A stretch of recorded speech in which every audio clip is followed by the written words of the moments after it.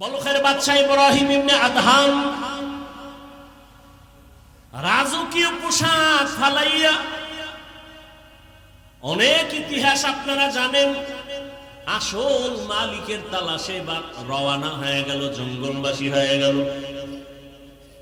আর রাষ্ট্র চালানো ভালো লাগে না, কারণ আমার আসল মালিকের যদি আমি না পাই, আমার এই চেয়ার দিয়ে কোনো লাভ নাই, সম্মান দিয়ে কোনো লাভ নাই। চরমনের সৈয়দ ইসহাক রহমাতুল্লাহ আলাইহি বলতেন, আরে আমাকে সবাই পীর সাহেব বলে, মাওলানা বলে, মুফতি বলে, বড় বক্তা বলে, আমার বয়ান অনেক সুন্দর, অনেক ভালো, কিন্তু আমি মরিয়া গেলে আমার মাওলা যদি আমাকে ক্ষমা না করেন, আমারে মানুষ ফুলের মালা দিলেও কোনো লাভ হবে না। আর আমার যদি আমার মাওলা মাফ করে দেন, আর দুনিয়ার সবাই যদি আমাকে গালি দেয়, আমার কোনো দুঃখ নাই, কবর হবে আমার জন্য জান্নাতের বাগান। এরে আল্লাহর গোলাম ইব্রাহিম ইবনে আদহাম জঙ্গলে দৌড়ায় আসল মালিকের তালাশ করার জন্য। ক্ষমতা পাইছি, চেয়ার পাইলাম, টাকা পাইলাম, বাড়ি পাইলাম, গাড়ি পাইলাম, নারী পাইলাম, সন্তান পেয়েছি, কিন্তু এগুলো আমারে দিলেন কে? তারে তো পাইলাম না। তিনি কে? এরে বাবা, টাকার মালিক হয়েছো, টাকার মালিক কে বানাইছেন? ধনী বানানোর মালিক কে? ইয়া আইয়ুহান নাস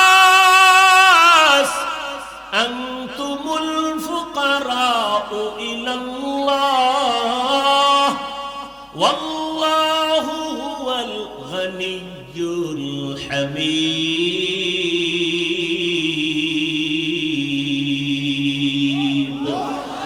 गर तवक्कुल मी कुली हर सुबह शाम मेरा सानाद रिस्क़ तू अज़ला मक़ाम जुज़्बा हक़ ची ज़े मख़ाज़ इंसो जा फ़ज़ले उआ मस्ते दर जुमला जहाँ। अल्हम्दुलिल्लाहिल्लज़ी जअल अश-शम्स वल क़मर बिहुस्बान والنجم والشجر يسجدان وفضل زمانا على زمان كما فضل مكانا على مكان وإنسانا على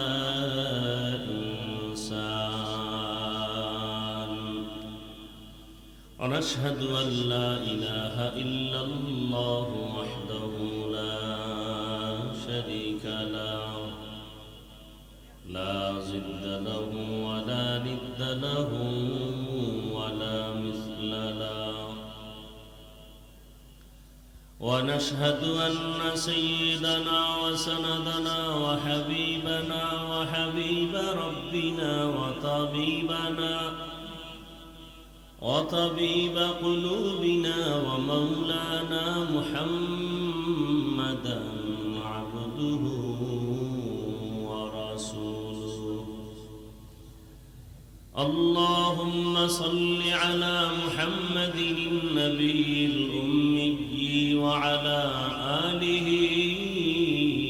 وسلم تسليما.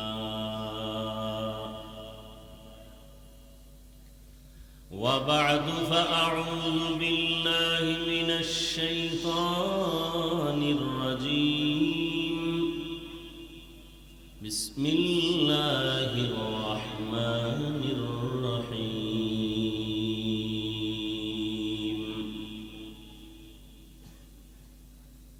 إن صلاتي ونسكي ومحياي ومماتي لله رب العالمين.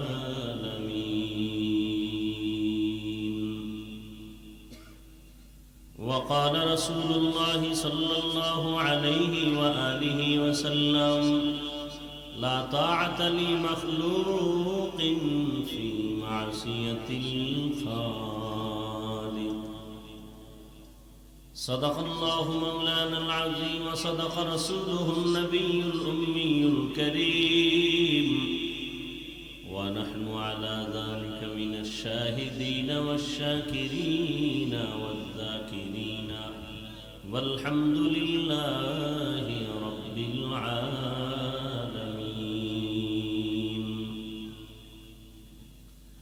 سبحانك لا علم لنا إلا ما علمتنا إنك أنت العليم الحكيم رب اشرح لي صدري ويسر لي أمري واحلل عقدة من لساني يفقه قولي ইকো বন্ধ করতে কই বুঝে না এরা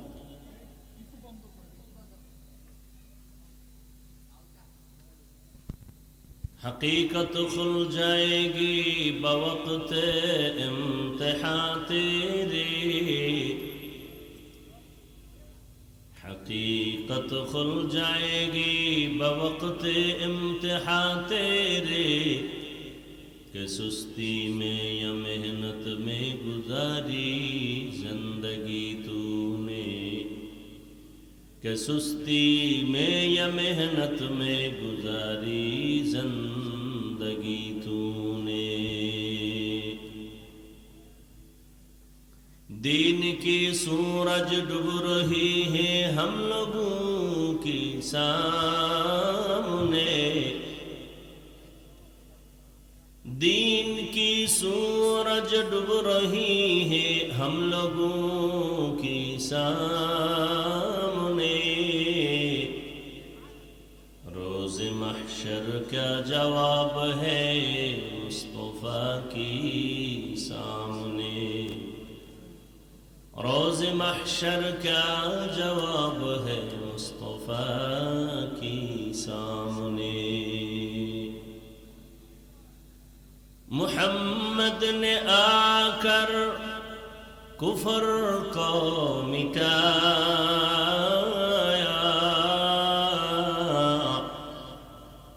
मुहम्मद ने आकर कुफर को मिटाया कुफर को मिटाकर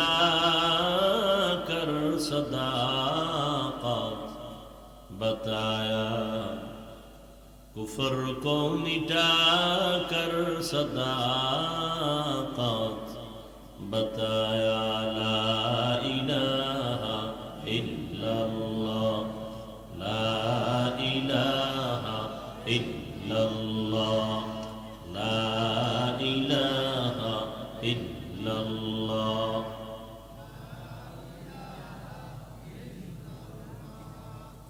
ला इलाहा इल्लल्लाह ला इलाहा इल्लल्लाह ला इलाहा इल्लल्लाह मुहम्मदुर রাসূলুল্লাহ আল্লাহ পাকের দরবারে শুকর প্রতিকূল আবহাওয়ার মধ্যেও যে আল্লাহ আমাদেরকে সুন্দর পরিবেশে বসার আসার তৌফিক দান করেছেন মোহাব্বতের সাথে নিয়ামতের শুকর আদায়ার্থে মোহাব্বতে একবার পড়ি আলহামদুলিল্লাহ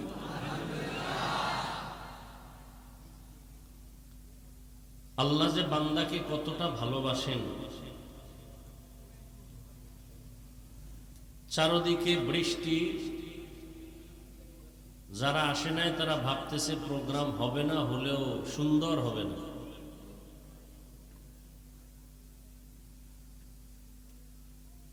কিন্তু দেখেন তো আল্লাহ কি না পারেন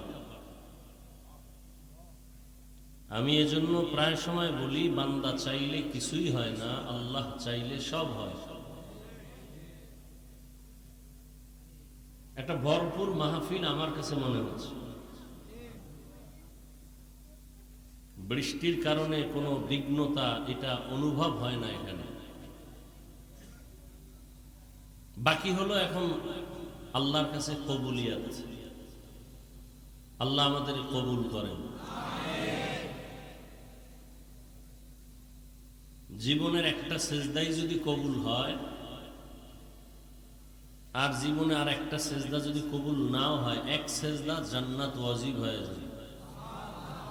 কিন্তু কোন সেজদা কবুল হবে বলা যাবে? এই জন্য নামাজ, ইবাদত প্রতিদিন প্রতিনিয়ত চালু রাখতে হবে।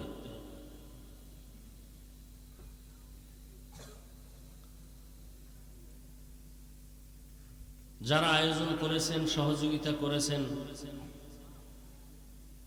প্রত্যেককেই এই মাহফিলের বরকতে আল্লাহ দুনিয়াতে শান্তি, পরকালে মুক্তির ব্যবস্থা করে দিন।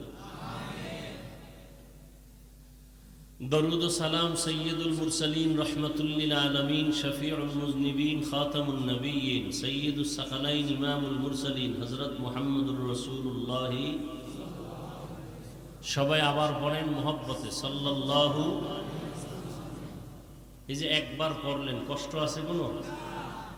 একবার পড়ছেন, সাথে সাথে 3টা পুরস্কার পেয়ে গেছেন, 10টা গুনাহ মাফ হয়ে গেছে, 10টা নেক আমলনামায় যোগ হয়েছে। আল্লাহর কাছে আপনার মর্যাদা, সম্মান 10 গুণ বেড়ে গেছে একবার পড়ার কারণে। সেই সাল্লাল্লাহু আলাইহি ওয়াসাল্লাম যদি 100 বার পড়েন তাহলে আরো কত মর্যাদা। 200 বার পড়েন, 300 বার পড়েন। দরুদ এমন এক পাওয়ারফুল আমল,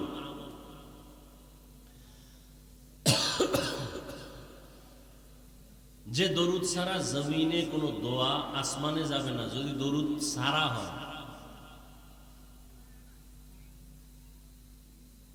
কোনো দোয়া কবুল হবে না দরুদ ছাড়া।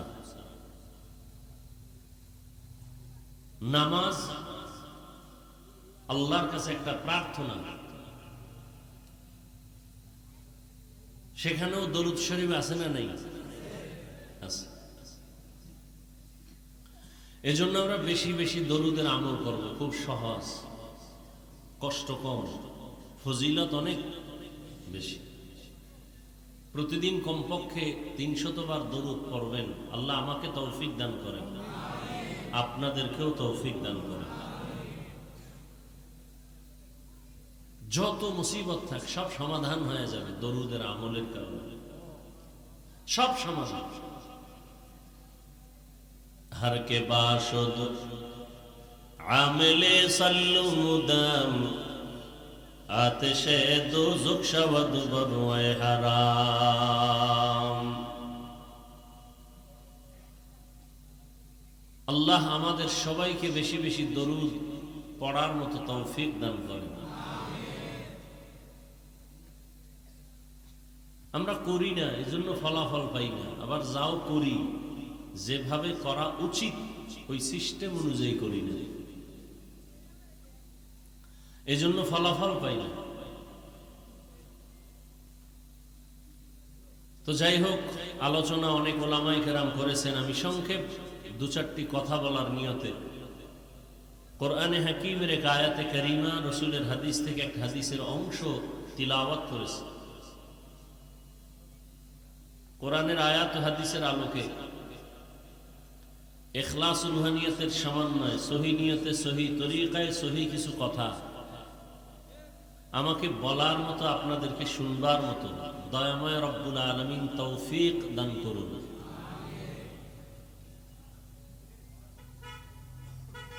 আমরা অনেক কথা জানি না। ওলামায়ে কেরাম আলোচনা অনেক ক্ষেত্রে করেন না। হঠাৎ কেউ করলে মনে করি এটা ইসলামের বাইরের কথা, এটা আলোচনা না করা উচিত। আপনাদের সর্বাবস্থায় মনে রাখতে হবে, মুমিন হিসেবে ইসলাম কমপ্লিট, কোরআন কমপ্লিট। ইহ জীবনে মানুষের যত সমস্যা হতে পারে, পরকাল জীবনে যত সমস্যা হতে পারে, সব সমাধান অগ্রিম আল্লাহ রাব্বুল আলামিন কোরআনে দিয়েছেন। ইনডাইরেক্ট হোক বা ডাইরেক্ট হোক। খুব খেয়াল করবেন, এখানে অনেক যুবক আল্লাহর বান্দা, শিক্ষিত মানুষ, একটু খেয়াল করবেন। মানুষের জীবনে যত সমস্যা হতে পারে কিয়ামত পর্যন্ত, শুধু না পরকাল জীবনেও যে সমস্যা, এর সমাধান কি কোরআনে আছে? সত্য কথাটা স্বীকার করিয়েন, মানেন আর না মানেন, সব সমস্যার সমাধান কি কোরআনে আছে? আংশিক না পরিপূর্ণ?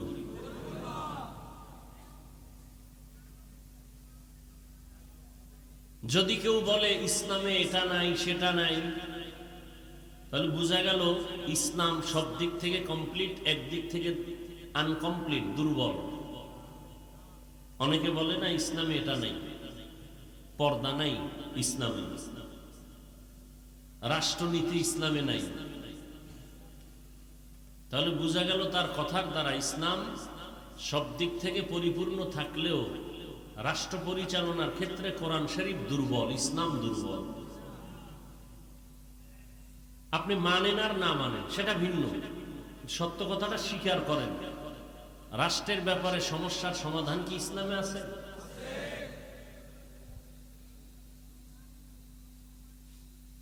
একজনে নামাজ পড়ে না, তাকে গালি দেওয়া যাবে না, কিন্তু একজনের নামাজ পছন্দ করে না, তাকে বিন্দু ছাড় দেওয়া যাবে না। ব্যবধানটা বুঝছেন? একজনে নামাজ পড়ে না, আর একজন নামাজ পছন্দ, দুইজন সমান? যে নামাজ পড়ে না সে মুমিন, পড়বে। যে নামাজ পছন্দ করে না সে তাজা বেঈমান, বিয়া করে থাকলে বউ তালাক, অটোমেটিক, বলতে হবে না তালাক, এমনি তালাক হয়ে যাবে। একজনে দাড়ি রাখে না, তাকে গালি দেওয়া, কারণ সে মুমিন। আর একজন দাড়ি রাখাটা পছন্দ করে না, সে বেঈমান। ব্যবধান আছে না নেই? একজন পর্দা করে না, সে মুমিন, করবে। আর একজন পর্দার বিধানকে পছন্দ করে না, সে বেঈমান। তাকে নতুন করে কালেমা পড়ে ঈমান আনতে হবে।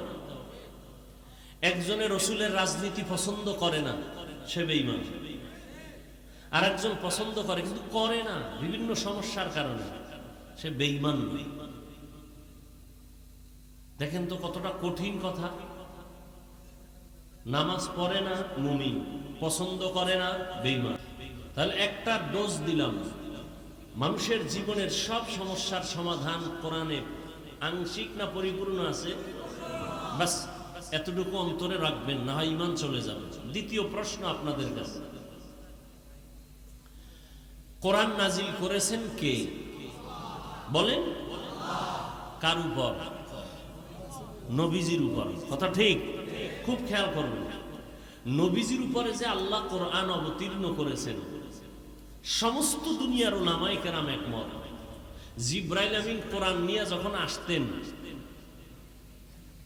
আম্মা জান আয়েশা দেখছেন, খাদিজাতুল কুবরা রাদিয়াল্লাহু আনহা দেখেছেন যে নবী ঘামে অস্থির, অসুস্থ অবস্থা, ঘাম টপ টপ করে পড়তো, আর মৌমাছির গুনগুন একটা আওয়াজ হতো, কিন্তু কি নিয়ে আসছে বুঝতাম না। এতটুকু ভাবতাম ওহী আসছে, ওহী। কি আসছে? আচ্ছা, নবীর কাছে যে কোরআন আল্লাহ দিছেন, সাহাবায়ে কেরাম জানছেন কেমনে? আল্লাহ ডাইরেক্ট জানাইছেন না নবীজি জানাইছেন? নবীজি জানাইছেন। কথাগুলো খুব খেয়াল করবেন। তাহলে নবীজি জবানে তেলাওয়াত করে শুনাইছেন, সাহাবায়ে কেরাম লেখছেন, গাছের পাতায় লেখছেন, চামড়ায় লেখছেন, হাড্ডিতে লেখছেন, টুকরো টুকরো অংশে লিখে রাখছেন। নবীজি জবানে বলছেন, জিব্রাইল থেকে শোনার পরে সাহাবায়ে কেরাম সবাই না, উল্লেখযোগ্য নাম আছে, কাতিবুল ওহী যাদের বলে, এরা লেখছেন। ক্লিয়ার? আচ্ছা, আমরা যে বলি হাদিস, বলি না? হাদিসটাও কার জবানের কথা? রাসূলের। তাহলে ভালো করে খেয়াল করবেন, কোরআন আল্লাহ দিছেন নবীর জবানে, বলছেন সাহাবায়ে কেরাম লেখছেন, ঠিক হাদিসও রাসূল বলছেন, সাহাবায়ে কেরাম লেখছেন। কোন মূর্খ যদি বলে যে আমি কোরআন মানি হাদিস মানি না, কেন? হাদিস আমাদের পর্যন্ত আসতে ঝামেলা হতে পারে এই সন্দেহে। তাহলে কোরআন যিনি শুনাইলেন, হাদিসও তো তিনিই শুনাইলেন। তা হাদিসে সন্দেহ হলে তো কোরআনেও সন্দেহ হওয়া উচিত। পৃথিবীতে এরা শুধু ইসলামের শুধু দুশ্মন না। আমি গতকাল জুমায় বলেছি উত্তরায় যে শুধু দুশ্মন না, ইসলামের নিকৃষ্টতম দুশ্মন। যারা বলে আমরা হাদিস মানি কি মানি, কোরআন মানি কি মানি না, এরা নিকৃষ্ট ভণ্ড, এরা নিকৃষ্ট ইসলামের দুশ্মন। কোরআন সাহাবায়ে কেরাম পাইছেন রসুলের জবান থেকে, হাদিস সাহাবায়ে কেরাম পেয়েছেন রসুলের জবান মোবারক থেকে। তাহলে হাদিসে ঝামেলা হলে কোরআন ঝামেলা হওয়া তো বোঝা যায়। আমাদের আহলে সুন্নাত ওয়াল জামাতের চূড়ান্ত আকীদা এবং ঈমান, আমরা কোরআন মানি যেভাবে, হাদিসও সেভাবে মানি। কোরআনও সত্য, হাদিসও, কোনো সন্দেহ নাই। আল্লাহ বুঝার তৌফিক দান করেন। তাহলে দুইটা পয়েন্ট আমি বললাম। এক পয়েন্ট বললাম মানুষের জীবনের সব সমাধান ঈমান ইসলামে কোরআনে আছে, তো আছে। অতএব যদি কেউ বলে ইসলামে রাজনীতি নাই, তাহলে তার ঈমান আছে। আল্লাহ আমাদের বুঝার তৌফিক দান করে। ইসলামের রাজনীতি সবাই করবে না, বরং বহু বেঈমান বাপ মুসলমান আছে বিরোধিতা করে। সেই বিরোধিতার সংখ্যা কিন্তু কমে আসতেছে। সংখ্যা খুবই নিকটবর্তী সময় আসবে, দেখবেন গোটা জমিনে শুধু ইসলামেরই আলোচনা চলবে, ইসলামী রাজনীতির আলোচনা চলবে। এ জমিন চলবে ইসলামী রাজনীতিতে। খুব বেশি সময় বাকি নেই, খুব দ্রুত সময়।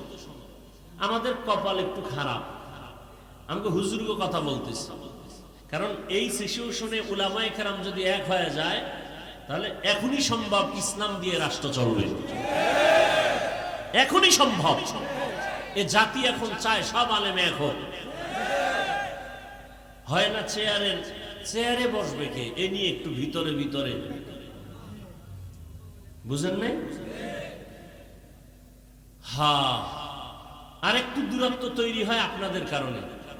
আপনারা একজনকে খুব কাছে টানেন, আর একজনকে ঠেলে ছুড়ে দেন, অমুক হুজুর ভালো, আর এক হুজুর কাফের। ব্যাস এই ফেসবুকে লেখালেখি কইরা আপনাদের মধ্যে একটা ডিভাইড তৈরি করে রাখছেন, অথচ এটা উচিত না।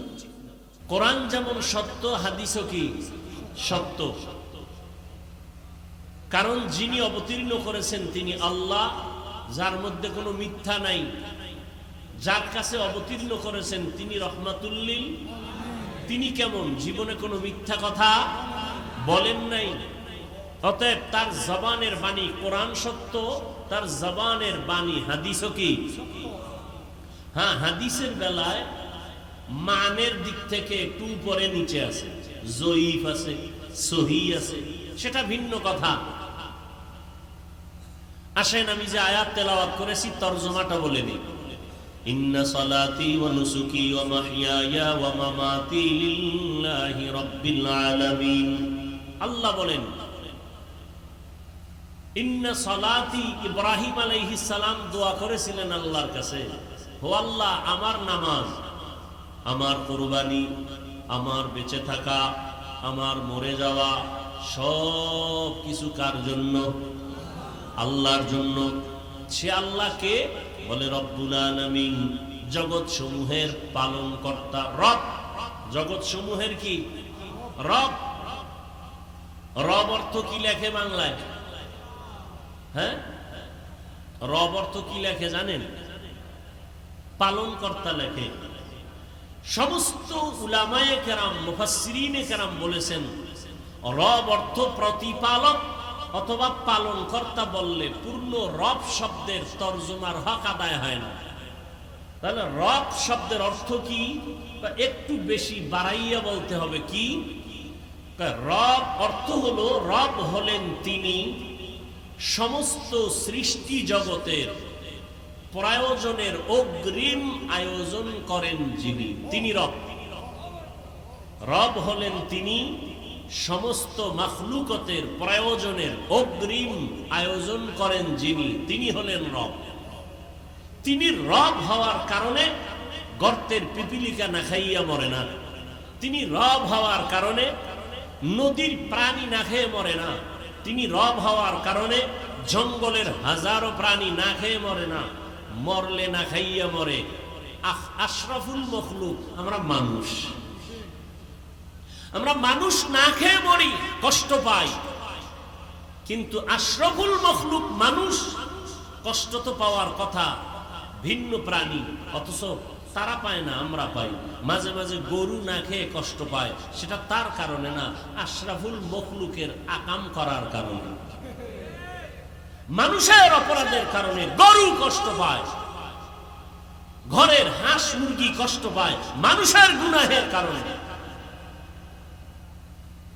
অথচ জঙ্গলের কোন প্রাণী তো না খেয়ে মরে নাই। সকালবেলা একটা পাখি উড়ে, খোলা আকাশে উড়ে, সন্ধ্যাবেলা পেট ভরে বাচ্চার খানা নিয়ে বাসায় হাজির। হায়াতুল হায়ওয়ান একটা কিতাব আছে, বাংলাও করেছে। কাক একটা প্রাণীর কথা ওখানে আছে, কাক, কাউয়া। প্রাণী, উড়ন্ত প্রাণীদের মধ্যে কাকের হায়াত বেশি, বলে নিম্নে হায়াত 1000 বছর। একটা কাকের হায়াত নিম্নে কত? 1000 বছর। এই একটা কাক যখন বাচ্চা দেয় তখন বাচ্চার পুরো বডি থাকে সাদা, কোনো পশম থাকে না। তখন বাচ্চা প্রসব করার পরে মা ওই বাচ্চার বডির চেহারা দেখে সামনে যায় না, ভয়, 3 দিন থাকে দূরে। সেই কাকের বাচ্চাটাকে 3 দিন পর্যন্ত কিভাবে রিজিকের ব্যবস্থা হয়, হায়াতুল হায়ওয়ানে উল্লেখ করা আছে। 3 দিন পর্যন্ত রব্বে কারীম কিছু পোকা ওর মুখের সামনে পাঠায় দেয় উড়ে, আর ওই বাচ্চাটা মুখে ওই পোকাগুলো ধরে ধরে খায়। 3 দিনের মধ্যে বাচ্চার সাদা শরীর কালো পশমে কালো হয়ে যখন হয়ে যায়, তখন 3 দিন পরে মা এসে নিজে খানার ব্যবস্থা বাচ্চার সামনে এসে করে। কথা বুঝেন নাই? 3 দিন পর্যন্ত মা বাচ্চার কাছে যায় না। 3 দিন ওই পোকা খেয়ে শরীরে যখন কালো পশম আসে তখন মা কাছে যায়। তাহলে 3 দিন কে খাওয়াইলো? জোরে বলেন। গরতাওয়াকুল মিকুনি হর সুবহ শাম মিরসানাত রিজকে তু আজলা মাকাম জুজবা হাকচি জে মখাআজ ইনসুজা ফজলে উআ মস্তে দরজুম লা জাহা। রিজিকের মালিক কে? কতদিন বলেন না কেন? আল্লাহ রিজিকের মালিক তো কতদিনের জন্য? কতটুকু রিজিকের মালিক তিনি? অর্ধেক। অর্ধেক মালিক আল্লাহ, বাকি অর্ধেক মালিক গ্রামীণ ব্যাংক। রিজিকের মালিক কিছু আল্লাহর, কিছু বিএমপি, আওয়ামী লীগ। তা কেন বলেন আওয়ামী লীগ আসলে মরবো, বিএমপি আসলে বাঁচবো? মরা বাঁচার মালিক কি কোনো রাজনীতির দল? কে? কেন বলেন? হাসতে হাসতে কবিরা গুনাহ হয়। রিজিকের মালিক পরিপূর্ণ সব সময়ের জন্য কে? এজন্যই তো আল্লাহ বলেন, আমি আমার বান্দাকে রিজিক দেওয়ার জন্য রাতের শেষ ভাগে প্রথম আসমানে এসে আমার বান্দাদের ডাকি, আলামিন মুস্তাগফিরিন ফাআগফির লাহ, আলামিন মুস্তারজিকিন ফাআরযুকা। ডাইরেক্ট, এই কার রিজিক লাগবে আমার কাছে চাও, আমি দেওয়ার জন্য আসছি। কে আসছেন? কখন আসছেন? কখন আসেন? কোথায়? বান্দাকে কি দিতে আসেন? রিজিক। আসরে আসেন, মাগরিবে, এশা, ফজর, যোহর। কখন? কখন? আপনাদের রিজিক লাগে না? ঘুমান কেন? ভোটের আগের রাতে চেয়ারম্যান ভোট চাওয়ার জন্য টাকার বস্তা নিয়ে দরজায় হাজির। আপনি ঘুমান নাই, প্রার্থী আসবে টাকা নিয়ে আমাকে হাদিয়া দেওয়ার জন্য, আপনি দরজার পাশে অপেক্ষা আছেন, টাকাগুলো নিয়ে আপনার সংসার পরিচালনা করবেন, রাতে ঘুমান না। এই টাকা আপনার জন্য হারাম। ওই টাকা আপনার ঘরে ঢোকা মাত্র রহমতের ফেরেশতা বের হয়ে যায়। ওই টাকা দিয়ে চাল ডাল কিনে খাবেন, রক্ত হারাম হয়ে যাবে, গোশত নাপাক হয়ে যাবে, রহমতের ফেরেশতা থাকবে না, আল্লাহর গজবের পর্দায় আপনি আটকায় যাবেন। আর আমার আল্লাহ প্রথম আসমানে আসে ডাকে, ভোর রাতে শেষ রাতে বান্দা রিজিকের প্রয়োজন চাও। যার রিজিক লাগবে সে ঘুমাবে না, ভোর রাতে উঠি আমার মালিকের ডাকবে, আল্লাহ তুমি আমাকে হালাল বরকতের রিজিক দান করো। ইন্নাল্লাহা ইয়ারযুকু মান ইয়াশাউ বিগাইরি হিসাব।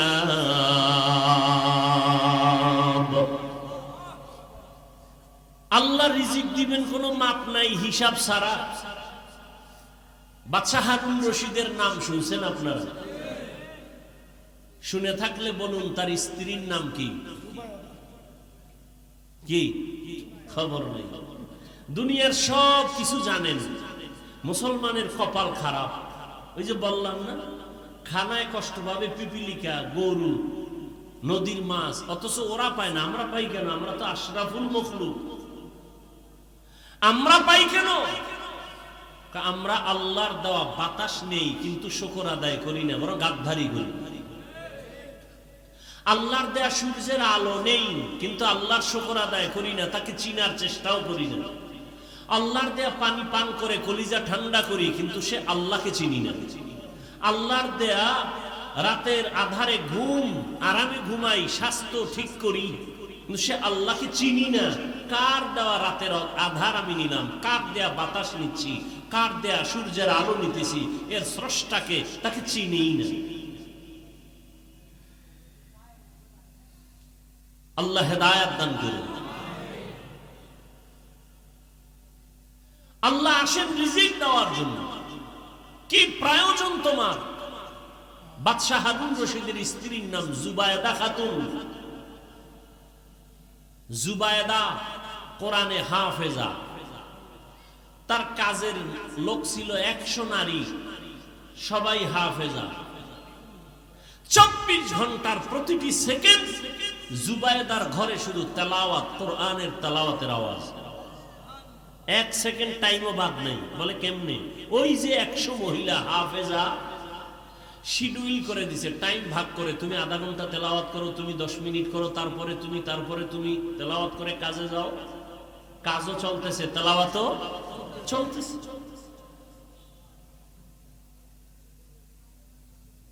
বাদশা হারুন রশিদ তিনি শুধু রাষ্ট্রনায়ক, একজন রাজনীতিবিদ, রাষ্ট্রের পরিচালক না, তিনি জগৎ বিখ্যাত একজন আল্লাহর ওয়ালি। বাদশা হারুন রশিদ ওজিরকে নিয়ে যাচ্ছে কোথাও, রাস্তায় হঠাৎ এক বৃদ্ধ লোকের সাথে মোলাকাত। দেখে বৃদ্ধ লোক প্রচন্ড রোদের তাপের মধ্যে রাস্তার পাশে একটা ফলের গাছ রোপণ করতেছে, ঘাম। বাদশা হারুন রশিদ বলে, এই বুড়া, তুমি এই রোদের তাপে এত কষ্ট করে কি করো? কয় ফলের গাছ রোপণ করি। বলে এত কষ্ট করে? তোমার বয়স কত? বলে জানি না, মরার কাছাকাছি। বলে তুমি যে কষ্ট করে ফলের গাছ রোপণ করতেছো, গাছ বড় হবে কবে? ফল হবে কবে? তুমি খাইবা কবে? বুড়া বলে, আপনি কি পাগল হয়ে গেলেন? আমার বাপ দাদারা গাছ রোপণ করেছে, সে ফল আমরা খাই। আমরা গাছ রোপণ করে যাব, আমাদের পরবর্তী প্রজন্ম, আমার সন্তান নাতিরা খাবে। জবাবটা সুন্দর না? বাদশা হারুন রশিদ খুশি হইয়া 1000 দিনার তাকে পুরস্কার দিল। বুড়াও সেই বুড়া চিৎকার দিয়া বলে, মানুষ ফলের গাছ রোপণ করে 1 বছর পরে ফল পায়, আমি ফলের গাছ রোপণ করে জাগাত পুরস্কার বা ফল পেয়ে গেলাম 1000 দিনার। বাদশা হারুন রশিদ খুশি হইয়া আরো 1000 দিনার দিছে। বুড়ায় কয়, মানুষ গাছ লাগাইয়া বছরে ফল পায় একবার, আমি নগদ পাইলাম 2 বার। ওজির বলে বের হও এখান থেকে, নয় বুড়া যে বুদ্ধি শুরু করছে তোমাকে ফকির বানায় ছাড়বে। এখান থেকে কি উপদেশ আমরা পেয়েছি? এখান থেকে উপদেশ পাই, আসল মালিকের সাথে সম্পর্ক তৈরি হয়ে গেলে তখন আর হাদিয়ার লিমিট থাকে না। আল্লাহ বলেন আমার সাথে সম্পর্ক যদি করো তাহলে এই পরিমাণ বেহিসাব রিজিক দিব, তোর 14 পুরুষ খেয়ে শেষ করতে পারবে না। হালাল রিজিকে বরকত।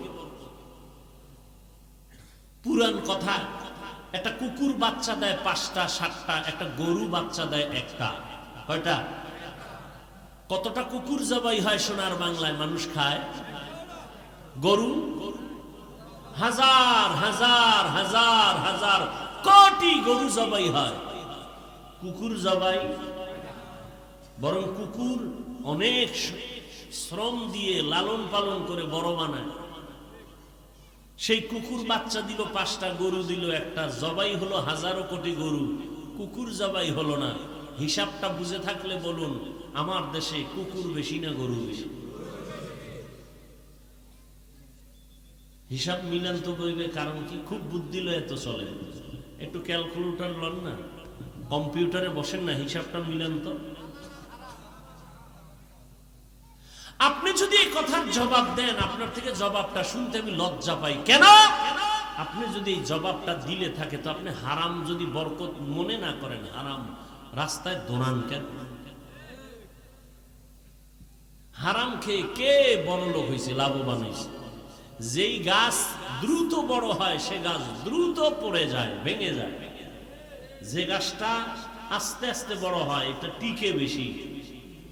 যে সমস্ত বেঈমান, মুনাফিক, জালেম, দুশমনেরা হারাম খায়া রাতারাতি কলা গাছ হয়, এটি রাতারাতি দেশ ছেড়ে পালায়, ঘর ছেড়ে পালায়।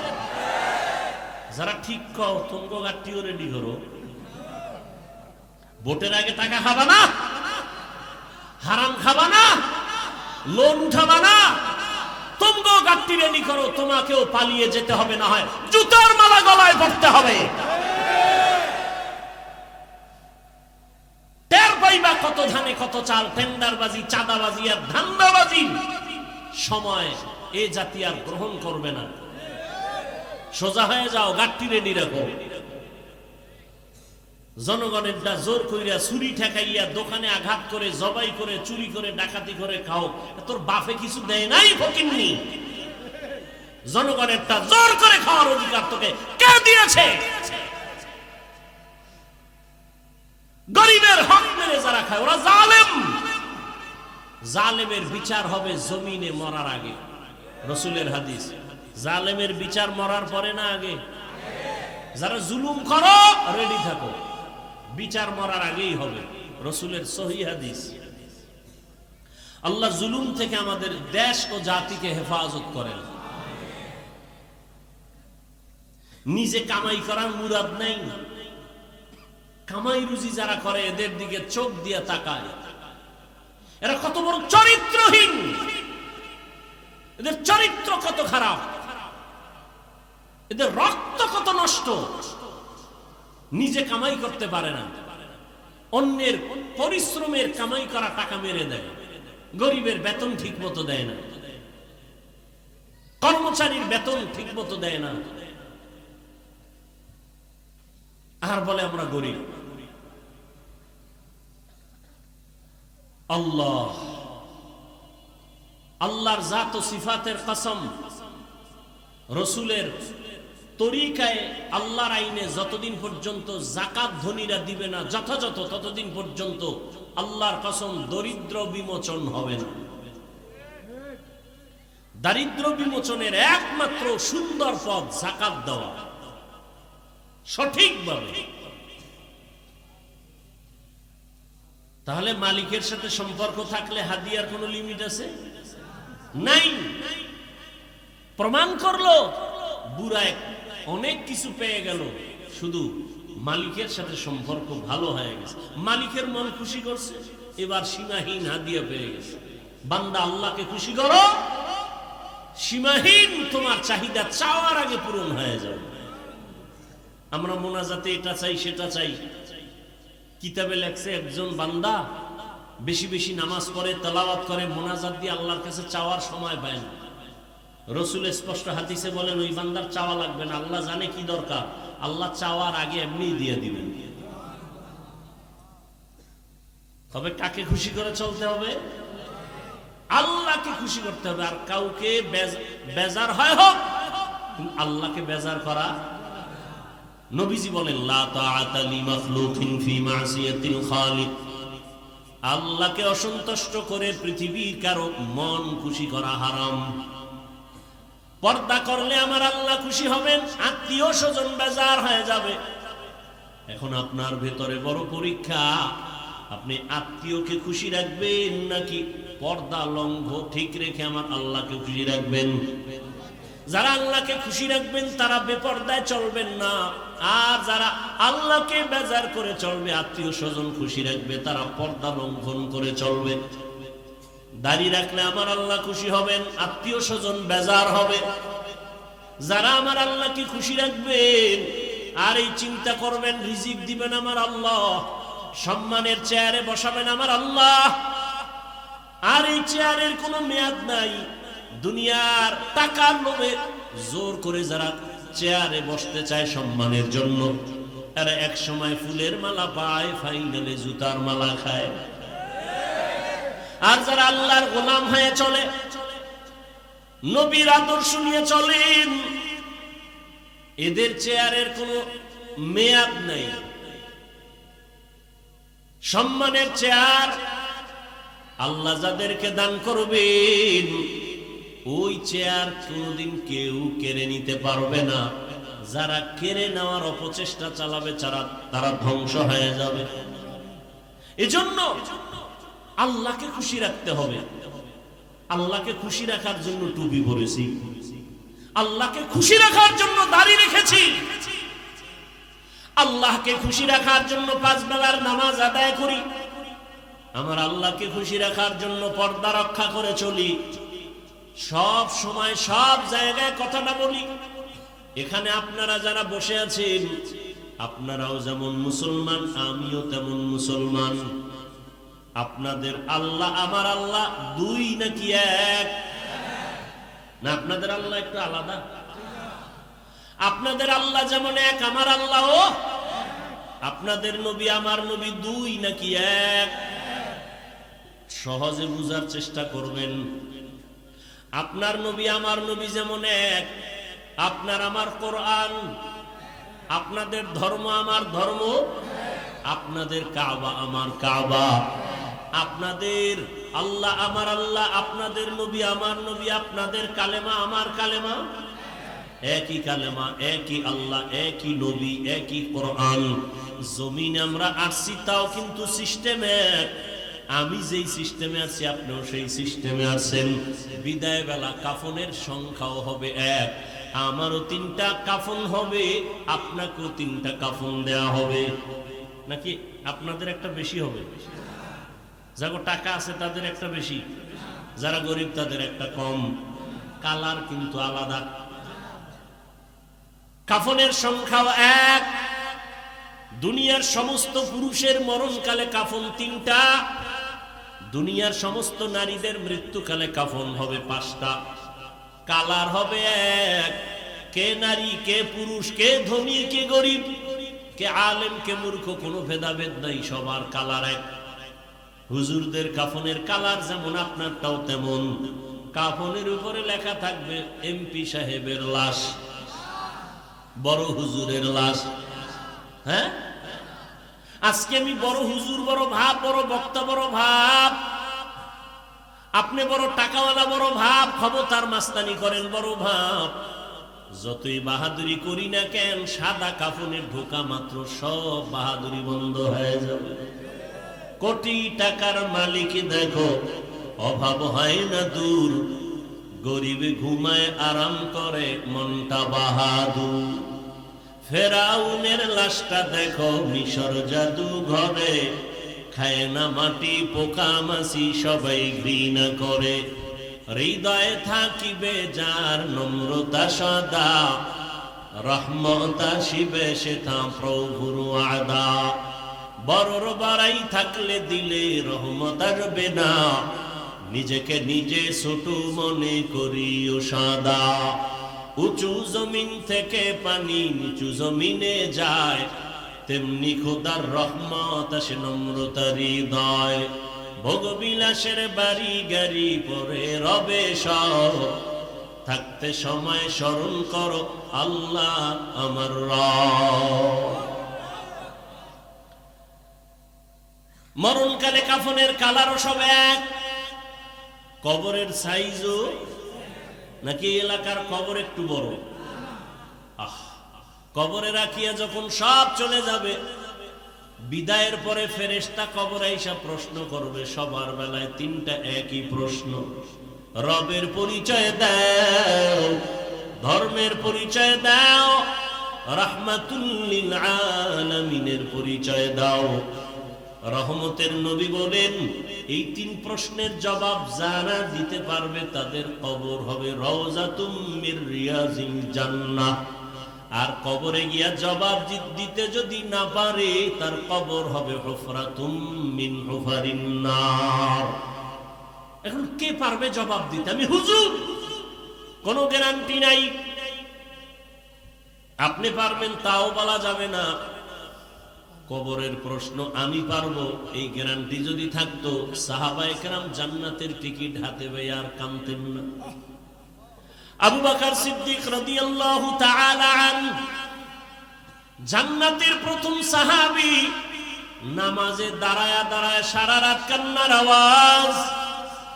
রহমতের নবী বলেন, আবু বকর নামাজে আপনি কান্না করেন কেন? বলে, আমার কবরে হাসরে কি উপায় হবে? আল্লাহর দরবারে আমি কেমনে দাঁড়াবো উলঙ্গ? আল্লাহর কাছে কি নিয়ে যাব? রমজানের ঈদের দিন সবাই আনন্দ করে। ওমরে ফারুকের মতো বান্দা, যাকে দুনিয়ার সব মানুষ না শয়তান পর্যন্ত ভয় করে। কেমন মানুষ তারা? আমরাও মানুষ, আমরা সাপ দেখলে ভয় করি। আর তারা কেমন মানুষ? সাপ তাদের ভয় করে। দেখছেননি কারণ? দেখছেননি? একটু চিন্তা করেন তো। আমরাও মানুষ, তারাও। আমরা বাঘরে ভয় করি, আর উজানি কারি ইব্রাহিমকে বাঘে ভয় করে। ব্যবধান আছে না নাই? বড় কঠিন। কিন্তু আমরা সাপ দেখলে দৌড়ায় পালাই, আর এমন মানুষ তারা কেমন? তাদের দেখলে সাপ ভয় পায়। ওমরে ফারুকের মতো বান্দা শয়তান ভয় করে। কেমন মানুষ? অথচ ইতিহাসের পৃষ্ঠায় তার নাম লেখা আছে পৃথিবীর বড় সন্ত্রাসী হযরত ওমর। কারণ বিশ্ব নবীর গড় কল্লা কাটতে যে যায়, সে বড় সন্ত্রাসী ছাড়া আর কিছুই হতে পারে না। কিন্তু হেদায়াত বড় কঠিন। রহমতের নবীর 13টা বছর দেখলো, বয়ান শুনলো, কালেমা পড়ে না আবু জাহাল। আর নবীজিরে জবাই করতে যায় 27 বছর বয়সে ওমর। নবীর চেহারা মোবারক দেইখা তরবারি ফালাইয়া কালেমার রশি গলায় ভরে নেয়। আমার নবী এমন একটা নজর লাগাইছেন, ওমরের পাওয়ার এত চলে, ওই পথে শয়তান চলে না, পালায় যায়। কেমন বান্দা যে শয়তান ভয় পায়। ওমর চলতেছে, হঠাৎ ওই রাস্তায় একটা যুবক একটা মদের বোতল হাতে নিয়ে হাতে, হঠাৎ করে ওমরের দেইখা ভয় কাঁপা শুরু হয়ে গেল। কারণ ওমর যদি দেখে মদের বোতল হাতে, কথার আগে তরবারি রেডি, কল্লা ফেলে দিবে। কোনো অনুমতি নেই, জাগাত মেরে ফেলবে। মুনাফিক আর মুসলমান দুইজন লাগছে ঝগড়া। সমাধানের জন্য গেছে রহমতের নবীর দরবারে। রহমতের নবী সমাধান দিছেন। মুনাফিক মানতে পারে না, ইহুদি মেনে নিয়েছে। এইবার মুনাফিক, মুসলমান নামদারি মুনাফিকটা কয় মানি না। তো কেমনে মানবি? ওমরের কাছে ল। ওমরের কাছে আসছে খলিফাতুল মুসলিমিন, ভবিষ্যৎ ওমরের কাছে কয় বিচারের জন্য আসছে। ইহুদি কয়, রসুল, আপনাদের রসুল সমাধান দিছে, আমি মেনেছি, এই মুনাফিক মুসলমান মানে না, আপনারটা মানবে, আমারটা মানবি, রসুলেরটা মানবি না, কয় না। তাহলে কল্লাটা রেডি কর, আর কোনো কথা নাই, এক আঘাত দিয়ে শেষ। আর বলে দিল রসুলের পরে ফয়সালা যারা মানে না, ওমরের ফয়সালা চায়, মুহাম্মদের ফয়সালার পরে ওমরের ফয়সালা কল্লা ফেলে দেব। এজন্য তিনি ওমরে ফারুক। কিন্তু আশ্চর্য, সোনার বাংলায় সেই ওমরকে ভণ্ড বলার মতো টুপিওয়ালা আছে। কত বড় নিকৃষ্ট ভণ্ড! সাহাবায়ে কেরামদের বিরুদ্ধে যারা বলে আর লেখে, এদের মতো নিকৃষ্ট বেয়াদব এ জমিনে আর কেউ হতে পারে না। সাহাবায়ে কেরামের বিরুদ্ধে যারা লেখবে আর বলবে, এরা পৃথিবীর নিকৃষ্ট বেয়াদব। এরা ইসলামের দুশমন, এরা রাসূলের দুশমন, এরা কোরআনের দুশমন, এরা চূড়ান্ত আল্লাহর দুশমন। এরা নিকৃষ্ট বেয়াদব যারা সাহাবায়ে কেরামের বিরুদ্ধে কথা বলে। ওমরে ফারুকের মতো ব্যক্তিকে ভণ্ড বলার মতো টুপিওয়ালা এই বাংলাদেশে আছে। আল্লাহ হেদায়েত দান করুন। এখন আপনি বলবেন, হাফিজ ভাই হিংসা কিসের হিংসা? ভণ্ডদের বিরুদ্ধে কথা বলা এটা সুন্নাত, কিসের হিংসা? রসুল ইসলামের দুশমনের বিরুদ্ধে কথা বলেন নাই, তা আপনি কি বলবেন হিংসা? ইসলামের দুশমনের বিরুদ্ধে, মুনাফিকের বিরুদ্ধে, ভণ্ডদের বিরুদ্ধে কথা বলা রসুলের তরিকায় সুন্নাত, কোরআনের আইনে ফরজ। আর আপনি বলেন হিংসা। হিংসার ডেফিনেশন জানেন আপনি?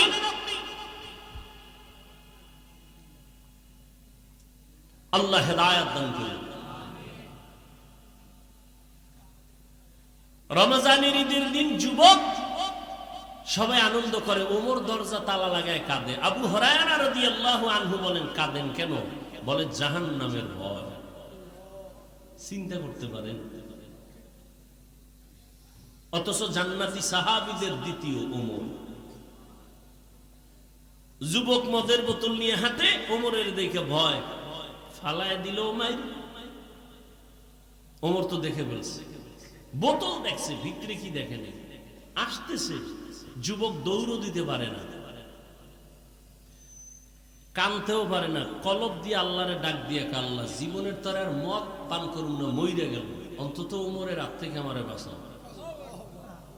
ওমর আইসে, কাই যুবক, তোর হাতে পাত্র কি, বোতল দে দিকে। ও দেয় না, ভয়, ভয় পাইস না, দে। ওমরের হাতে বোতলটা নেওয়া মাত্রই পুরা মদের বোতলটা ওমর তাকায় দেখে, টোটালটা বোতলে পুরা সাদা দুধে ভরপুর। তারাও মানুষ, আমরাও মানুষ। আমরা বৃষ্টিকে ভয় পাই, আর এখনো বাংলার জমিনে বহু আল্লাহর ওয়ালি আছে যাদেরকে বৃষ্টি ভয় পায়, এখনো আছে। এক আল্লাহর বান্দা, বড় বুজুর্গ, দাওয়াত দিছে আমাকে ওয়াজে। আমি বললাম টোটাল বাংলাদেশে বৃষ্টি, ঢাকাতে বৃষ্টি। বলে আমার ওয়াজে বৃষ্টি হবে না, আসেন। ঠিক তার প্যান্ডেলে ঢুকার 1 কিলোমিটার আগে বৃষ্টি শেষ। বয়ান করে আসছি, আল্লাহর কসম করে বলছি, বয়ান শেষ করে আবার বের হয়ে ঢাকা রওনা হয়েছি। ঠিক বয়ানের প্যান্ডেল থেকে 1 কিলোমিটার দূরে যাওয়ার পরে আবার বৃষ্টি। এটা আমার চোখে দেখা। আমরা বৃষ্টিকে ভয় পাই, আর বৃষ্টি ওই আল্লাহর ওয়ালিকে ভয় পায়। কারণ আল্লাহর সব থেকে প্রিয় হলো মানুষ। বৃষ্টি তো আল্লাহর প্রিয় না, বৃষ্টি আমাদের গোলাম। সূর্য আমাদের গোলাম, চাঁদ আমাদের গোলাম, বাঘ আমাদের গোলাম। আপনাদের গ্রাম এলাকায় গরু দিয়া চাষাবাদ করে না? করে না? এই চাষি যারা গরু দিয়া হাল চাষ করে, এরা কি বিএ পাস? আমগো গ্রামের ভাষায় কারা লাঙ্গল ভাস। এক কথায় তারা নিম্নের, মোটামুটি দুর্বল মানুষ, অতটা শিক্ষিত না। আমাকে সত্য কথা জবাব দিবেন, শুরুতেই বলছি, মানেন আর না মানেন, সত্যটা স্বীকার করবেন। এই যে চাষাবাদ করে সাধারণ মানুষ, এদের কথা গরু শুনে? বলেন না কেন? গরুটারে যখন বলে ডানে যা যায়নি, বামে যা যায়নি, দাঁড়ায় থাকেনি।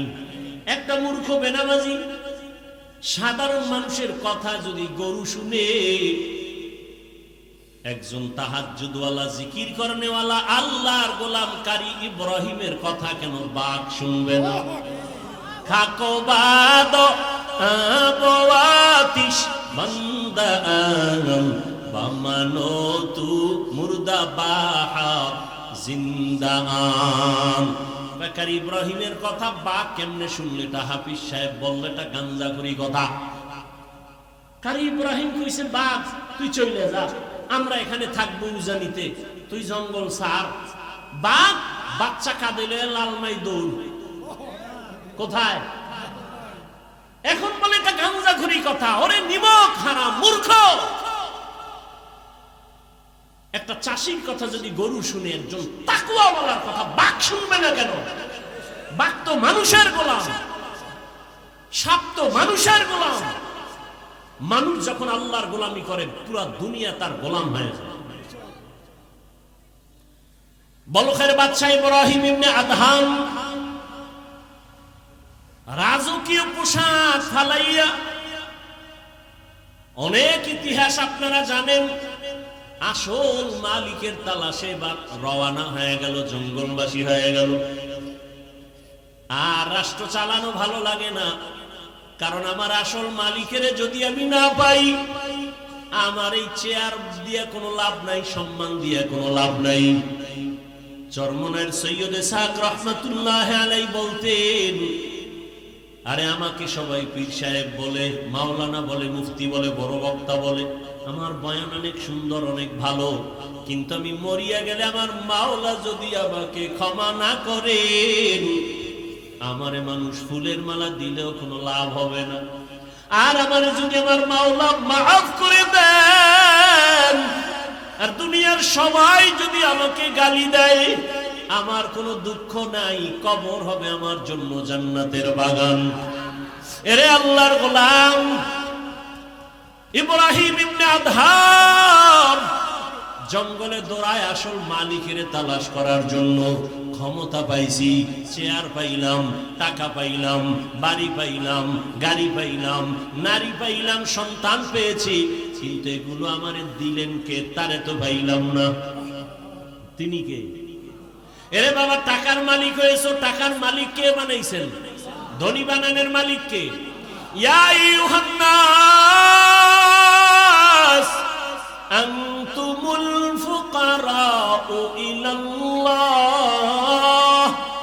ওয়াল্লাহু হুয়াল গনিয়্যুল হামিদ।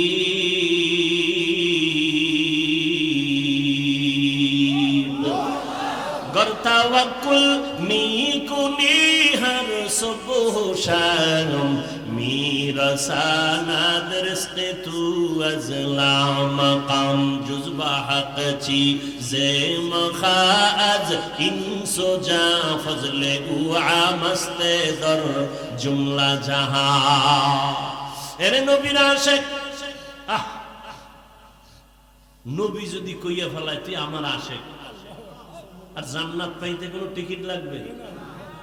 কিন্তু তুমি কপালে লেখছো আমি নবীর আশিক, কিয়ামতের ময়দানে আমার নবী যদি কয় তুই আমার আসল আশিক না, আর উপায় নাই, জাহান্নাম ছাড়া কোনো পথ থাকবে না। এরে আল্লাহর গোলাম ইব্রাহিম ইবনে আদহাম রাষ্ট্রীয় সব কিছু বাদ দিয়া, রাজকীয় পোশাক ফালাইয়া আসল মালিকের তালাশে বের হয়ে গেলেন। সাগরের পারে দৌড়ায় আর আমার আল্লাহরে তালাশ করে। ইয়া ইলাহি মুঝসে মুঝকো দূর কর, তাকে দেখো মুঝ মে তুঝকো এক নজর। ইয়া ইলাহি তু মেরা মাবুদ হ্যায়, ইয়া ইলাহি তু মেরা মাশুক হ্যায়। আল্লাহর তালাশে সাগরের পারে পারে দৌড়ায় জঙ্গলে। একদিন ইব্রাহিম ইবনে আদহামের হুকুমে যারা চলতো বড় বড় অফিসার, একদিন বিকালবেলা হাওয়া খাইতে সাগরের পারে চলে গেল। গিয়ে দেখে আগের সেই বাদশাহ ইব্রাহিম সাগরের পারে সেরা জামা পইরা বসা। ডাক দিয়া কয়, রে বাদশাহ ইব্রাহিম ইবনে আদহাম, তুমি বাদশাহী চাইরা কি পাইছো? এর থেকে বড় কিছু পাইছি। বলে কেমনে? দেখবি নি? খায় তোরা দেখবি নি? হ্যাঁ। হাতের মধ্যে একটা লোহার সুই ছিল, সাগরে ফালাই দিছে।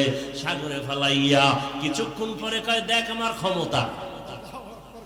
এতদিন আমার কথা শুনতো বলখের মানুষ, আর এখন তাকা দেখ আমার ক্ষমতা কত বড়। সমুদ্রের দিয়ে আঙ্গুলির ইশারা করে কয়, সমুদ্রের মাছ আমার সুইটা আমার হাতে নিয়ে দিয়ে দে তাড়াতাড়ি। বলা মাত্র হাজার হাজার মাছ স্বর্ণের একটা সুই মুখে নিয়ে সব হাজির।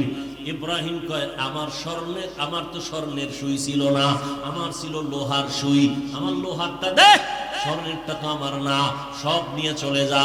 এইবার লোহার সুইটা নিয়ে পরে একটা মাছ আইসা হাজির। দেখে অবিকল সেই সুইটা হাতের মধ্যে নিয়ে কয়, এ দুনিয়াদারেরা তাকায় দেখ, তোর কথা বলখের মানুষ শুনে, আর এখন আমার ক্ষমতা এত পাওয়ার, নদীর মাছ আমার কথা শুনে। বান্দা যখন আল্লাহর গোলাম হয়ে যাবে, গোটা দুনিয়া তার গোলাম হয়ে যাবে। গোটা দুনিয়া তার কথা শুনবে, মাটি তার কথা শুনবে। ওমরে ফারুক রাদিয়াল্লাহু তাআলা আনহু নবীকে জবাই করতে যায়।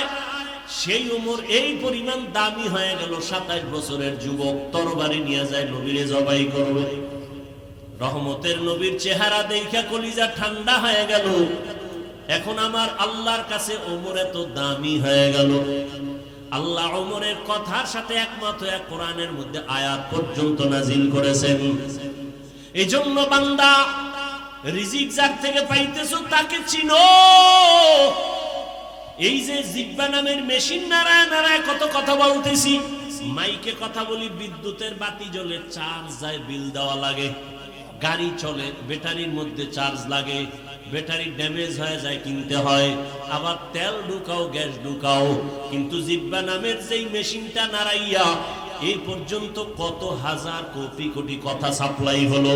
কোনদিন তো এই মেশিন, কোন মেশিনে কথা বলতেছে, মেশিনকে বানাইলো, মেশিনের তৈল পেট্রোলকে দেয়, জিহ্বা কোনদিন ব্যথাও করে না।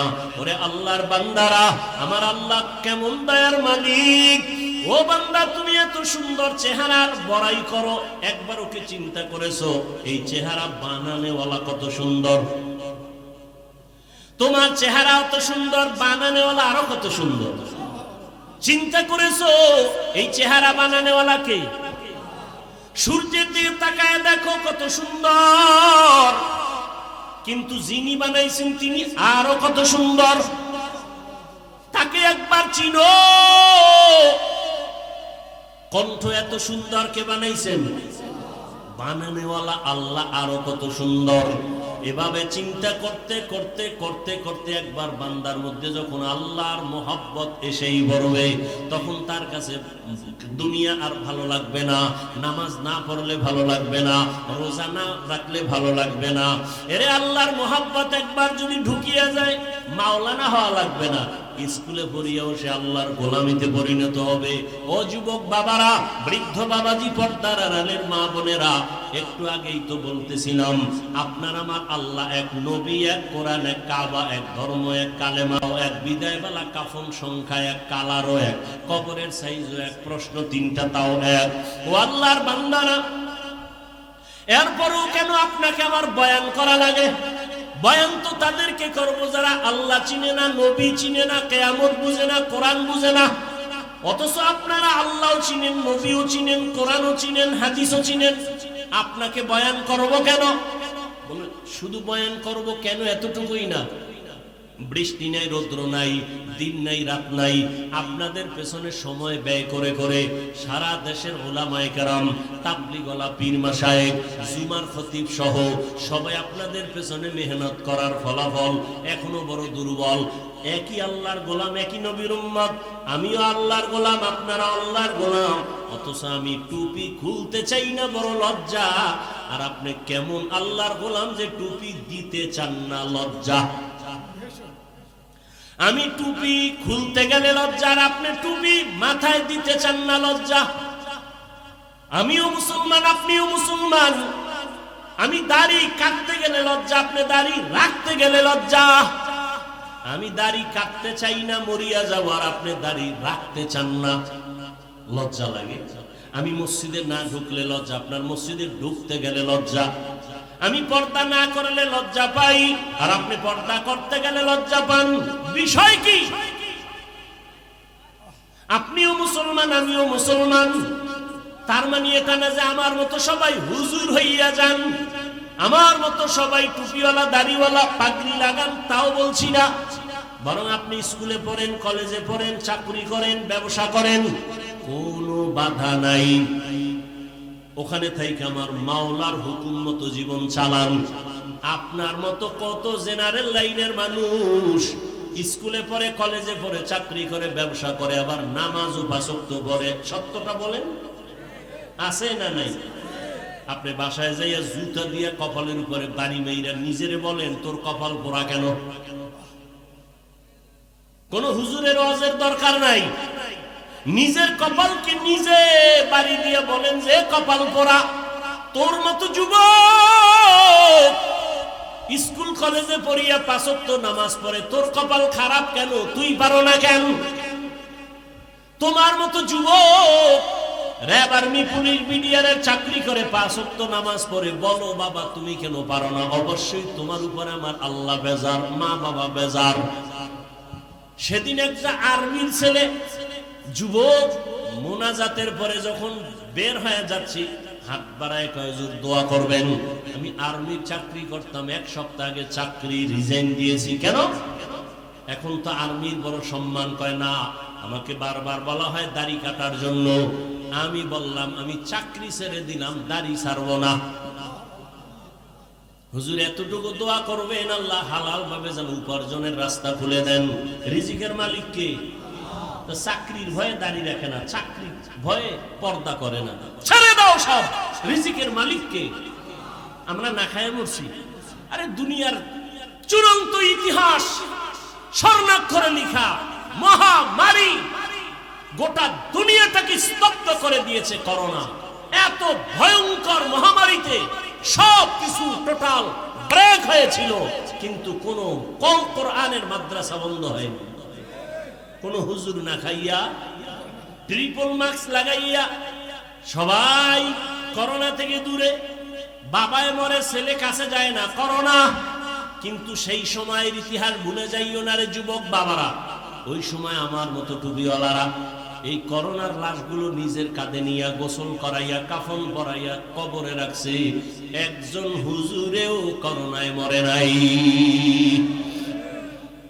মারা গেছে কেউ? দুনিয়ার সবাই ভেজালে আছে, কিন্তু কোরআন আর রাসূলের আদর্শ যাদের কাছে আছে এদের কোনো টেনশনই নাই। কি? আমরা ইসলামের রাজনীতির বয়ান করি, তাবলীগের লাইনে চলি। আমরা ক্ষমতা পাওয়ার জন্য পাগল না, আমরা কারো উপরে জুলুম করার জন্য লালায়িত না। আমরা মরলেও লাভ, বাঁচলেও লাভ। মরলে শহীদ হয়ে যাব, বাঁচলে গাজীর মর্যাদা পাবো। আমাদের কোনো লাভ লস নাই। তোমরা নির্বাচনে যদি জিততে না পারো, গোষ্ঠী শুদ্ধ সব কিছু ধ্বংস। লজ্জায় মাথা উঠাইতে পারো না, জুতার মালা গলায় লাগবে ভাব। আর আমরা হইতে পারলেও আলহামদুলিল্লাহ, না হইতে পারলেও আলহামদুলিল্লাহ। আমাদের হওয়া না হওয়া দুটোটাই আমাদের লাভ, কারণ আমরা আল্লাহর জন্য চলি, আল্লাহর জন্য সব কথা বলি। অতএব আমাদের ডাইনে গেলেও লাভ, বামে গেলেও লাভ, সামনে আগাইলেও লাভ, পেছনে থাকলেও লাভ। কারণ আমরা আল্লাহকে আসল মালিক মনে করে চলি, আমরা আখিরাতকে প্রাধান্য দিয়া চলি।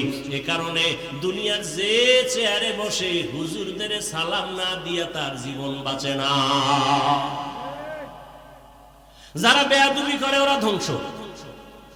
আলেমের সাথে যতটা বেয়াদবি করছে সবগুলো ধ্বংস, মরার আগেই ধ্বংস।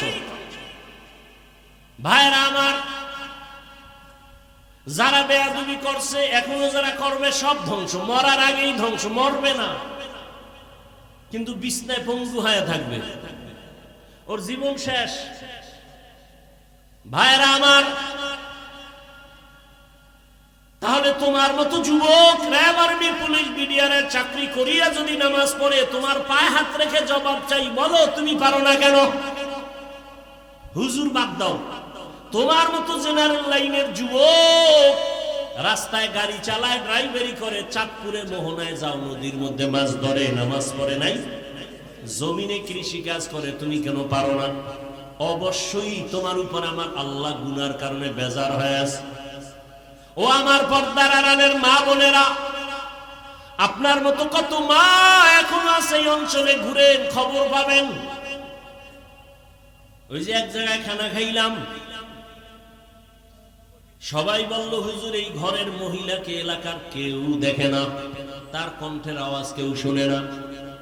এরে আম্মা জান, আপনার দাম কত আপনি নিজেও তো জানেন না। আপনি তো নবীদের মায়ের মতো মা, সাহাবায়ে কেরামদের মায়ের মতোই তো। আপনারা আম্মাজান খাদিজা রাদিয়াল্লাহু আনহার মতোই তো দামি নারী, ফাতেমা রাদিয়াল্লাহু আনহার মতো নারী।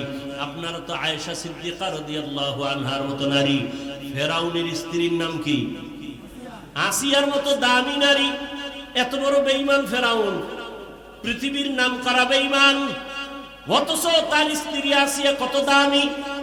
রহমতের নবী বলেছেন হাসরের ময়দানে আমি মুহাম্মদের সাথে আসিয়ার সাথে জান্নাতে বিবাহ হবে।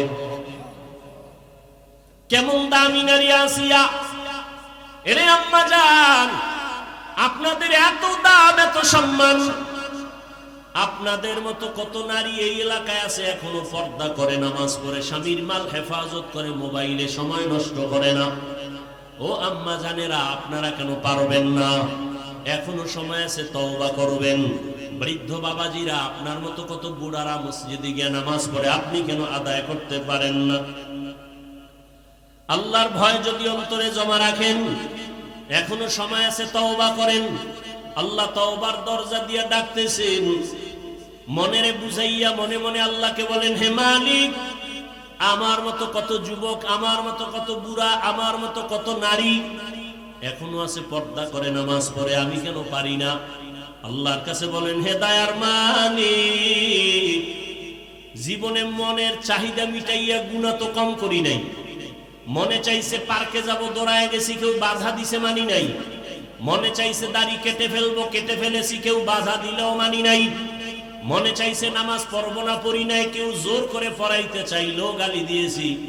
ও আল্লাহ, আজকে আর এই গুনার পথে থাকতে চাই না। এরকম অন্যায় করতে করতে মৃত্যুর দরজায় হাজির হয়ে গেছি। ও যুবক বাবারা, কয়দিন আর যৌবনের বাহাদুরি করবা? কয়দিন বুড়া হইয়া মরার গ্যারান্টি নাই।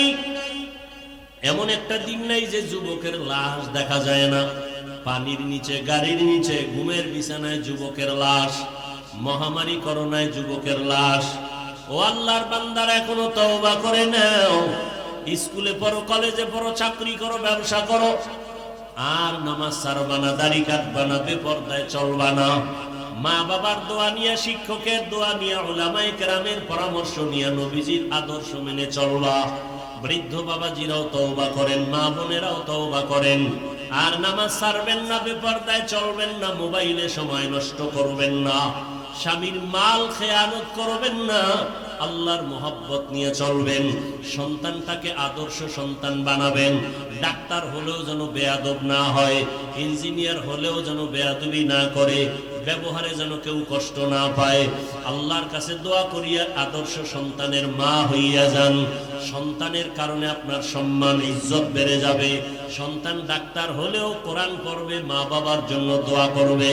ও আল্লাহর বান্দারা, আল্লাহর কাছে তওবা করেন। মরিয়া গেলে যাবো আর নামাজ ছাড়বো না, দাড়ি কাটবো না, বেপরদায় চলবো না, জাহান্নামের আগুনের গরম সহ্য করা যাবে না, নবীজির সুন্নত অনুযায়ী চলবো, উলামায়ে কেরামের পরামর্শ দোয়া নিয়ে চলবো।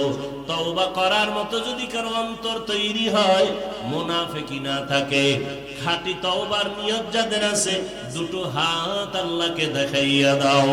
আয় আল্লাহ, হাতগুলো কবুল করে নেন, তওবা কবুল করে নেন, তওবার উপরে মজবুত হইয়া চলার তৌফিক দান করেন, আমিন। আলহামদুলিল্লাহি রাব্বিল আলামিন, ওয়াসসালাতু ওয়াসসালামু আলা সাইয়্যিদিল আমবিয়াই ওয়াল মুরসালিন ওয়া আলা আলিহি ওয়া আসহাবিহি আজমাইন। ইয়া আরহামার রাহিমিন, ইয়া আরহামার রাহিমিন, ইয়া আরহামার রাহিমিন। রব্বিরহামহুমা কামা রব্বায়ানি সগীরা। আল্লাহুম্মা ইন্নাকা আফুউন কারীম তুহিব্বুল আফওয়া ফা'ফু আন্না। আল্লাহুম্মা আরহামনি বিতারকিল মাআসি, আল্লাহুম্মা আরহামনি বিতারকিল মাআসি, আল্লাহুম্মা আরহামনি বিতারকিল মাআসি। আল্লাহুম্মা ইন্না নাসআলুকা রিযাকা ওয়াল জান্নাহ ওয়া নাউযু বিকা মিন সাখাতিকা ওয়ান নার।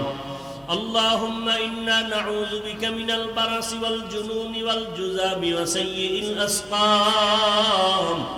ইয়া হাইয়্যু ইয়া হালিমু ইয়া আজিজু ইয়া কারীম বিহাক্কি ইয়্যাকা না'বুদু ওয়া ইয়্যাকা নাস্তাঈন।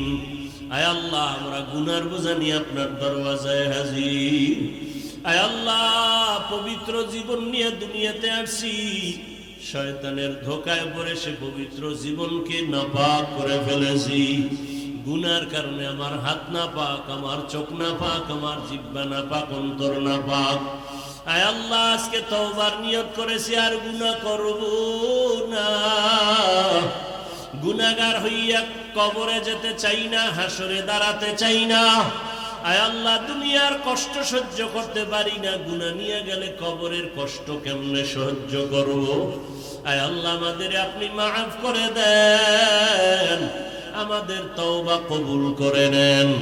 আয় আল্লাহ, আমাদের তওবার উপরে মজবুত হয়ে চলার তৌফিক দান করেন। আয় আল্লাহ, মাহফিল কবুল করে নেন, আয়োজনকারী সহযোগিতাকারীদের কবুল করে নেন। এলাকার ঘরে ঘরে শান্তি দান করেন। মা বোনদের আবেদা পর্দাওয়ালা বানায় দেন, সন্তানগুলো নেককার বানায় দেন। লেখাপড়া যারা করে পরীক্ষার্থী কামিয়াবি দান করেন। আয় আল্লাহ, আমার কলিজার প্রত্যেকটা যুবকের দিনের খাদেম বানায় দেন। মোবাইলের গুনাহ থেকে হেফাজত করেন। আয় আল্লাহ, সারা দুনিয়াবাসীকে মাফ করে দেন। মুসলমানের ঈমান আমল হেফাজত করেন। আয় আল্লাহ, মুসলমানদের ঈমান আমল হেফাজত করেন। জালেমদের জুলুম থেকে হেফাজত করেন। জালেমদের হেদায়াত দান করেন, না হয় ধ্বংস করে দেন। বাংলাদেশ শান্তির দেশ বানায় দেন। দেশ ও জাতিকে জালেমদের জুলুম থেকে হেফাজত করেন। আয় আল্লাহ, যারা জুলুম করে তাদের হেদায়াত দেন, না হয় ধ্বংস করে দেন। আয় আল্লাহ, মসজিদ মাদ্রাসাগুলো কবুল করে নেন। আয় আল্লাহ, যার পেছনে খেদমত করে, দান সদকা করে, কবুল করে নেন। আয় আল্লাহ, সুন্নাতওয়ালা জিন্দেগি দান করেন। নবীজির রওজা বাইতুল্লাহ জিয়ারতের তৌফিক দান করেন। আয় আল্লাহ, কুদরতের দ্বারা ওখানে পৌঁছার ব্যবস্থা করে দেন। বছরে একবার হাজিরা দেওয়ার মতো ব্যবস্থা করে দেন। স্থায়ী বাসিন্দা বানায় দেন আল্লাহ। রিজিক বরকতি রিজিকের ব্যবস্থা করে দেন।